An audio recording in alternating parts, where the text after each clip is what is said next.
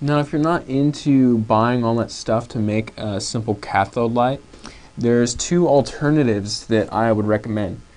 Now, the first one, it's not omnidirectional, but it is pretty cheap and it's very similar to a cathode light, and that is just a portable fluorescent light.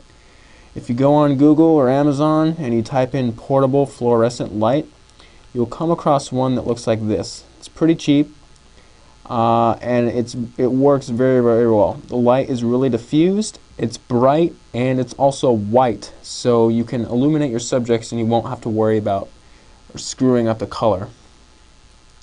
So that's that. Pretty recommended. It's not omnidirectional, but it is very similar to a cathode. The next one is a V24 light stick. If you go on Google and type that in, you'll find it. It's made by a company called Coast, and it'll come in this fancy looking case. Basically, when you open it up, you will get this. It's in the padded case design right here, so it's kind of fancy. You'll get two sticks. You'll get one where it comes with a button right here, and you push the button and it has LEDs inside that are very, very bright. They come in different colors. Right now I'm just using a red one. And the other stick right here is just a clear plastic stick that you screw on the end of the handle. So we get this nice long stick right here. Now, the thing that makes this light different from a cathode is the fact that it's not as bright as the cathode, but also the tip of the light is a little bit brighter than the rest of the stick. On cathodes, the tip it's the same throughout the entire light. But with this, if you look at it, the tip is actually maybe 3 times as brighter. So that can add an interesting effect when you're doing light paintings. I actually really like that effect. The other thing that comes with the V24 light stick is a fancy looking case right here. So you can put both of these sticks in these fancy cases. So that's that. It's about 30 bucks, I think, for this light. And the fluorescent light is, I think it's under $10. Now, the last thing that I would recommend for a replacement of a cathode is a glow stick.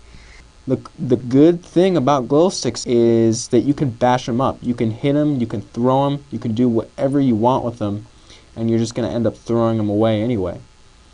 And it's also cool because they have a hook on the end, so you can tie a string to it and then spin it around. And while you're doing that, you don't have to be careful about breaking it because you can bash these things up and it's totally fine.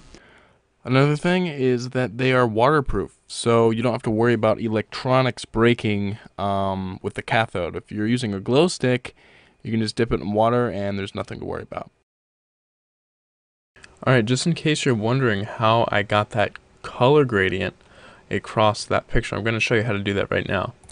Let's open the picture in Photoshop. This was the original picture. It was just a green glow stick that I was waving across my living room. So the first thing that you want to do is just click the new layer icon right there, and then we're going to go to the gradient tool that's right here, and then we're going to go up to the top and select any one of these, but I chose this one for the gradient, the rainbow pattern. And you're going to want to make sure that this gradient is selected and none of the other ones are. These are different patterns that you can use if you want to. And make sure the mode is on normal and the opacity is at 100%. And then just click and drag across the screen, your gradient, just like that. Let me do that again because that was a little cattywampus. Just like that.